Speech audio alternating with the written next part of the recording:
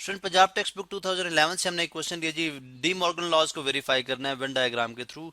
हमारे पास सेट्स मौजूद हैं। अब सबसे पहले देखते हैं, हमने कुछ टर्म्स यूज किए हैं। जैसे मैंने बात की यूनिवर्सल सेट है एक हमारे पास, U for universal set. Universal set जी ऐसा एक सेट होता है, ऐसा कॉम्बिनेशन ऑफ एलिमेंट्स है, यानी जब आप मुख्तलिफ कुछ नंबर्स को लेके ब्रेसेस के अंदर लिख देंगे तो वो हमारे पास सेट कहलाएगा। और यूनिवर्सल सेट होता है जो कि अंडर एग्जामिनेशन होता है। जैसे अगर अंडर एग्जामिनेशन हमारे पास ये यू सेट है, इसको भी हम स्टडी करेंगे, तो ये हमारे पास यूनिवर्सल सेट है। और जो ए और बी जो है ये इसके दोनों के सबसेट हैं, क्योंकि क्वेश्चन में गिवन है कि एक आपने यूनिवर्सल सेट लेना है, उसमें से आपने दो सेट निकालने हैं। ठीक है, जैसे यहाँ पे अगर आप देखें तो ए सेट है 2 3 4 5 6 एलिमेंट है, और बी है 4 5 7 8। ठीक है, तो इसके ये देखें 2 3 4 5 6 ये भी सेट यू के अंदर मौजूद है, 4 5 7 8 ये भी यू के ही एलिमेंट है। तो यू से ही हमने दो सेट निकालने हैं, इसलिए हम कह रहे हैं कि ए जो है वो भी सबसेट ऑफ बी है। ये सिंबल जो मैं लिख रहा हूँ सबसेट का लिख रहा हूँ, यानी हिस्सा है। ए जो है वो भी यू का हिस्सा है, उसी तरह बी जो है वो भी यू का सबसेट है, यानी यू का हिस्सा है। ठीक है, अब हमने डिमॉर्गन लॉ वेरीफाई करनी है। इसकी दो स्टेटमेंट्स हैं डिमॉर्गन लॉ की, आप जानते हैं। एक स्टेटमेंट कुछ इस तरह से है, ये बेसिकली लॉ, ये कानून क्या है, वो कहता है जी कि अगर आप ए यूनियन बी लेते हैं, ठीक है, और इसका होल कॉम्प्लीमेंट लें, तो वो बराबर होगा A complement intersection B complement के। और दूसरी तरफ वो ये कहता है कि अगर आप, यानी ये ए, चले इसको ए कह लें और इसको हम बी कह लेते हैं। ठीक है, बल्कि 1 2 था, हम 1 2 ही ले लेते हैं। जो सेकंड स्टेटमेंट है इसकी, वो ये कहती है कि अगर आपके पास A intersection B whole complement हो, तो वो इक्वल होगा A complement union B complement के। अब यहाँ पे अगेन यूनियन से क्या मुराद है, सबसे पहले देखें यूनियन से। ये सिंबल मैंने इस्तेमाल किया जी यूनियन का। यूनियन से मुराद ये है कि अगर आप ए और बी के तमाम एलिमेंट्स इकट्ठे करके एक सेट की सूरत में लिख दें, एक ब्रेसेस के अंदर यानी दरमियानी ब्रैकेट के अंदर लिख दें, इस तरह से कि कोई भी एलिमेंट रिपीट ना हो, यानी वो एलिमेंट जो दो दफा दोनों के अंदर मौजूद है वो सिर्फ एक ही दफा लिखा जाए, तो वो हमारे पास कहलाएगी यूनियन। जबकि ये जो साइन है ये है इंटरसेक्शन का। इंटरसेक्शन का मतलब ही है जो मुश्तरक हो, कॉमन हो। ऐसे एलिमेंट का सेट बनाया जाए ए और बी के दरमियान कि वो एलिमेंट उसमें लिखे जाएं जो दोनों में मौजूद है, सिर्फ वो एलिमेंट जो दोनों में मौजूद है, वो कहलाएगी हमारे पास इंटरसेक्शन। कॉम्प्लीमेंट होता है जी कि अगर आप ए का यू से कॉम्प्लीमेंट लेना चाहते हो, ए कॉम्प्लीमेंट, तो आप ऐसे एलिमेंट लिखोगे ए यू के जो कि ए में मौजूद नहीं होंगे। इसी तरह बी कॉम्प्लीमेंट होगा यू के ऐसे एलिमेंट जो कि बी में मौजूद ना हो। ठीक है, तो वो हमारे पास ए कॉम्प्लीमेंट और बी कॉम्प्लीमेंट कराएगा। तो ये तो बेसिक डेफिनेशन थी यूनियन की और इंटरसेक्शन की। डिमॉर्गन लॉ ने डिमॉर्गन मॉर्गन ने ये बात तो है आइडेंटिफाई की थी, यानी बात मालूम की थी कि अगर आप दो सेट का यूनियन लो फिर उनको कॉम्प्लीमेंट लो, यानी अगर ये देखा जाए तो किसके इक्वल है, U minus A union B के। बिकॉज कॉम्प्लीमेंट जो आप जानते हैं वो यूनिवर्सल सेट का डिफरेंस जब लिया जाता है किसी भी सेट से, तो वो हमारे पास कहलाता है कॉम्प्लीमेंट। तो अगर आप पहले आप ए यूनियन बी ले लें, यानी पहले दो सेट की यूनियन लें, फिर उसको यू का डिफरेंस लें उन दोनों की यूनियन से, तो हमारे पास कहलाएगा A union B complement. Morgan ने डिमॉर्गन ने ये बात जो है वो आइडेंटिफाई की थी, ये बात मालूम की थी कि अगर आप A union B whole complement ले लो, या अगर आप ए कॉम्प्लीमेंट यानी यू माइनस ए करो, ठीक है, और फिर इसकी इंटरसेक्शन लो किसके साथ, बी कॉम्प्लीमेंट के साथ, यानी यू माइनस बी के साथ। ठीक है, तो वो दोनों का जवाब जो होगा वो सेम आएगा। इसी तरह आप इस स्टेटमेंट को भी ऐसे ही समझ सकते हैं। अभी हम ये वाली स्टेटमेंट लेंगे और वेन डायग्राम के थ्रू, यानी वेन डायग्राम से मुराद क्या है कि अशकाल की मदद से या डायग्राम की मदद से हम इस बात को स्टडी करेंगे कि ये लॉ जो है वो किस हद तक जो है वो ठीक है, या जो है वो वेन डायग्राम के थ्रू हम किस तरह से इसको प्रूव कर सकते हैं। याद रहे ये हमारे पास लेफ्ट हैंड साइड है और ये हमारे पास क्या है, राइट हैंड साइड है। अब किस तरह से मालूम किया जाता है वेन डायग्राम के थ्रू, आप जानते हैं कि हमारे पास दो सेट मौजूद हैं। इनकी पहले आप नेचर देखें, सेट की किस्में कौन सी हैं, इनका आपस में कोई ताल्लुक है। अगर आप देखें तो ए के एलिमेंट है 2 3 4 5 6, बी के एलिमेंट है 4 5 7 8। आप यहाँ पे देखें तो 2 3 4 यानी 4 एलिमेंट है जो दोनों में मौजूद है, 5 जो है वो भी दोनों में मौजूद है, लेकिन ना ए बी का सबसेट है ना बी ए का सबसेट है। इसका मतलब है ऐसे सेट को हम नेम देते हैं जी, ये हमारे पास कहलाते हैं ओवरलैपिंग सेट्स। ठीक है, ये ओवरलैप कर रहे हैं, कुछ एक दो एलिमेंट्स की वजह से ओवरलैप करें। अब वेन डायग्राम के थ्रू जो है वो कैसे समझाया जाता है, आप जानते हैं कि हम एक जो है वो रेक्टेंगल ड्रॉ करते हैं, जिसको हम सपोज करते हैं कि हमारे पास क्या है, ये हमारे पास यूनिवर्सल सेट है। ठीक है, यानी यहाँ से मैं इसको रिमूव कर देता हूँ, जो इजाफी लाइन है हमारे पास, ये हमारे पास एक जो है वो यूनिवर्सल सेट है।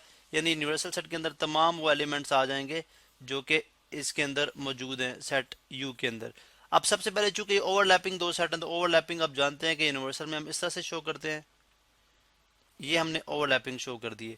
अब कौन कौन से सेट ओवरलैप करें, इनको हम लिख देते हैं यहाँ पे 4 और 5। यानी अगर फर्ज करें ये सेट ए है और ये सेट बी है, तो 4 और 5 वो एलिमेंट जो ओवरलैप करें हैं। ए के रिमेनिंग एलिमेंट 2 3 6 है, वो यहाँ पे लिख देते हैं 2 3 और 6।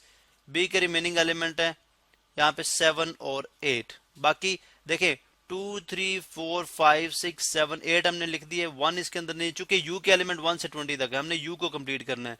1 2 3 4 5 6 7 8, फिर उसके बाद 9 10 11 12 13 14 15 16 17 18 19 और 20। तो ये हमने कंप्लीट कर दिए।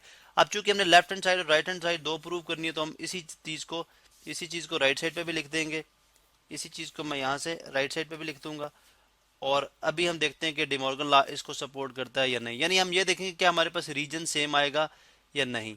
अब इसके लिए आप जानते हैं कि अगर आप लेफ्ट हैंड साइड पे हैं, तो पहले तो आप देखें, सबसे पहले हमें ए यूनियन बी लेनी है। ए यूनियन बी के लिए आप जानते हैं कि एलिमेंट्स को कंबाइन किया जाता है, तो ये तमाम जो है वो रीजन दोनों सेट्स को कलर कर दिया जाएगा। तो हम बात करेंगे जी, जो रेड शेडेड रीजन है, यानी सिंपली रेड शेडेड रीजन, ये जो रीजन है ये रिप्रेजेंट करे ए यूनियन बी को। आप लिखेंगे स्टेटमेंट के लिहाज से, हमारे पास टाइम थोड़ा कम है इसलिए हम जस्ट लिख रहा हूँ ए यूनियन बी।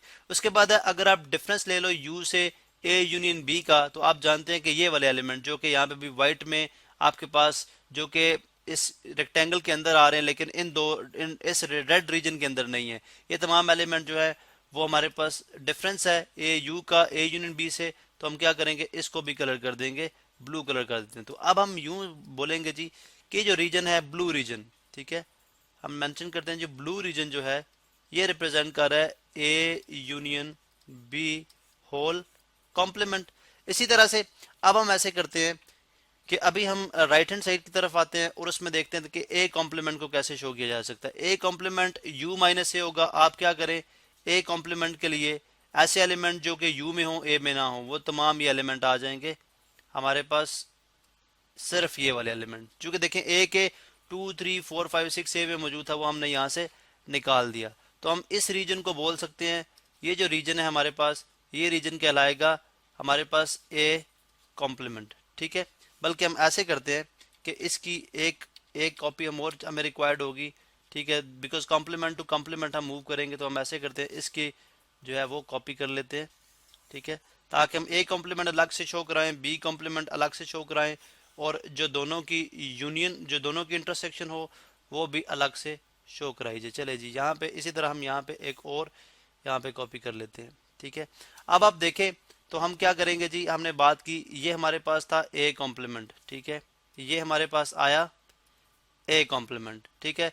इसी तरह अगर आप बी कॉम्प्लीमेंट मालूम करेंगे, ठीक है, तो ये रीजन आ जाएगा बी कॉम्प्लीमेंट, ठीक है। रीजन में फर्क है, अगर आप देखें तो रीजन में यहाँ पे फर्क है। तो यहाँ पे आप बोलेंगे जी ये रीजन, इसमें अगर आप देखें तो this region represents A complement, यानी यू माइनस ए, यू का डिफरेंस ए के साथ, ठीक है। और ये रीजन जो है वो रिप्रेजेंट कर रहा है यू का डिफरेंस बी के साथ, यानी बी कॉम्प्लीमेंट। अब इन दोनों में अगर आप इंटरसेक्शन देखते हैं, तो इंटरसेक्शन कहाँ पे आ रही है, देखें ए सेट इसमें है लेकिन इसमें नहीं है, बी सेट इसमें है लेकिन इसमें नहीं है, लेकिन ए और बी के जो बाहर वाला रीजन है, अगर आप ये देखें, ये वाला रीजन जिसको मैं यहाँ पे अगर देखें तो यहाँ पे मैं इसको कलर भी लाइंस लगा रहा हूँ व्हाइट कलर की, ये जो रीजन है ये दोनों में कॉमन है। ये रीजन क्या है जी, दोनों में कॉमन है। यहाँ पे भी देखें, यहाँ पे भी देखें, ठीक है। तो मालूम हुआ कि अगर हम A union B whole complement लेते हैं तो यही रीजन आएगा, और हम उसी जो है ब्लू रीजन को यहाँ पे कलर कर देते हैं, तो सेम रीजन अगर आप देखें तो सेम ब्लू रीजन रिप्रेजेंट्स, यानी यहाँ पे हम मेंशन कर देंगे अब कि same blue region represents A complement intersection B complement.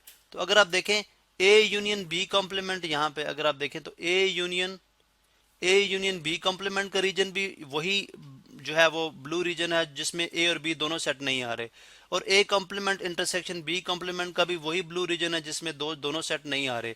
तो आपने देखा ये दोनों जो हैं वो आपस में क्या है, बराबर है। तो लिहाजा वेन डायग्राम के थ्रू भी हमने प्रूव कर दिया कि डी मॉर्गन लॉ जो है वो एग्जिस्ट करते हैं।